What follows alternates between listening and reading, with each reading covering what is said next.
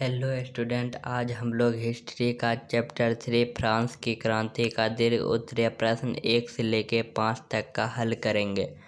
तो देखिए, एक में क्वेश्चन क्या है, फ्रांस के क्रांति के क्या कारण थे। इसका आंसर, फ्रांस की क्रांति के निम्नलिखित कारण थे: राजनीतिक कारण, सामाजिक कारण, आर्थिक कारण, सैनिक कारण, व्यक्तिगत एवं धार्मिक कारण, बौद्धिक कारण इत्यादि, जिनका विस्तृत ब्यौरा निम्नलिखित है। एक में राजनीतिक कारण, सन 1774 ईस्वी में फ्रांस की गद्दी पर लुई 16वां बैठा। यह अयोग्य, निरंकुश, फिजूल खर्च तथा अयोग्य शासक था। गरीब जनता के दुख सुख से राजा रानी को भी मतलब नहीं था। नंबर 2, सामाजिक कारण।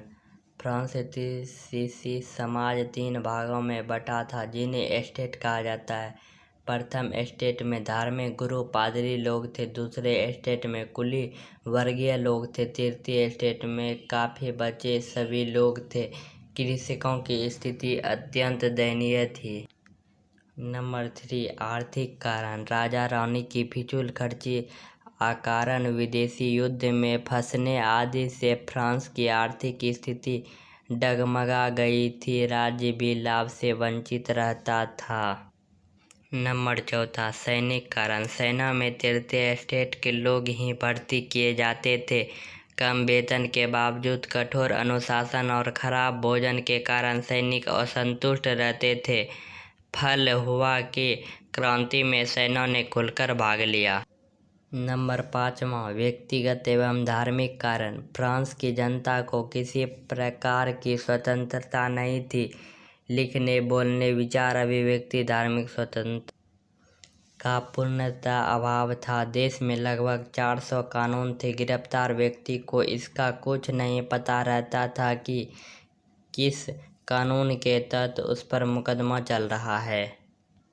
नंबर 6, बौद्धिक कारण।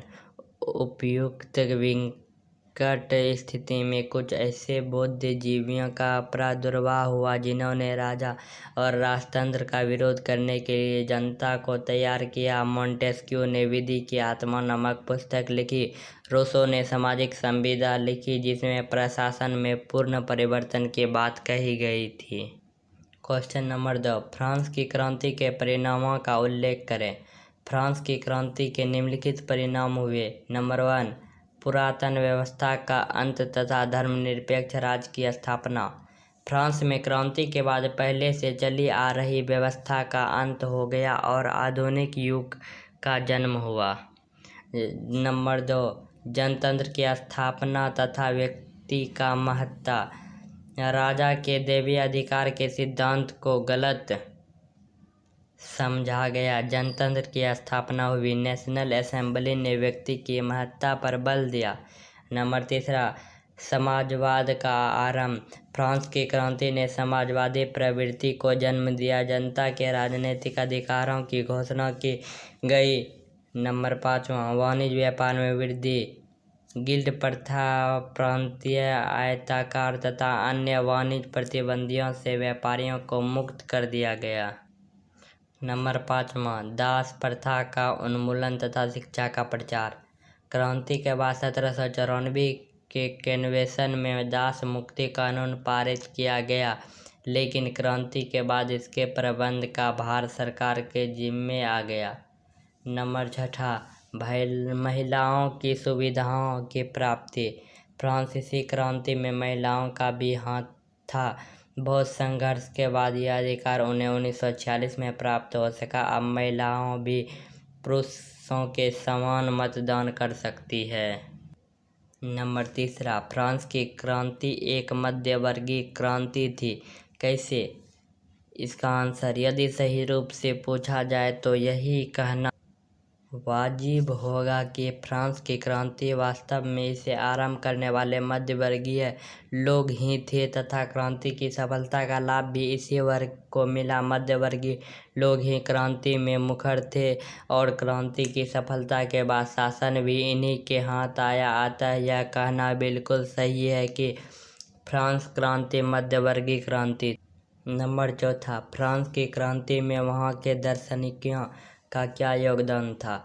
आंसर, फ्रांसीसी क्रांति में वहाँ के दार्शनिकों का अहम योगदान था। फ्रांसीसी बुद्धिजीवियों ने फ्रांस में बौद्धिक आंदोलन का सूत्रपात किया, जिससे अर्थशास्त्रियों ने समाज में आर्थिक नियंत्रण की आलोचना की। ये मुक्त व्यापार के समर्थक थे। फ्रांस की क्रांति की देनों का उल्लेख करें। आंसर, फ्रांस की क्रांति की पहली देन तो यह है कि विश्व भर में यह राजतंत्र की समाप्ति का पहला बिगुल था। क्रांति के फलस्वरूप फ्रांस में तो राजतंत्र समाप्त हुआ ही, बाद में सारे विश्व ने इस मान्यता को मान लिया और धीरे धीरे राजतंत्र सर्वत्र समाप्त हो, सामंतवाद का अंत हो गया। जो देश भौगोलिक टुकड़ों में बांटकर अपनी अपनी खिचड़ी अलग अलग पका रहे थे, उनमें एकत्व का भाव बढ़ा और उनका तेजी से एकीकरण होने लगा। हेलो स्टूडेंट, अगर आपको हमारा वीडियो पसंद आए तो प्लीज़ लाइक करना ना भूलें।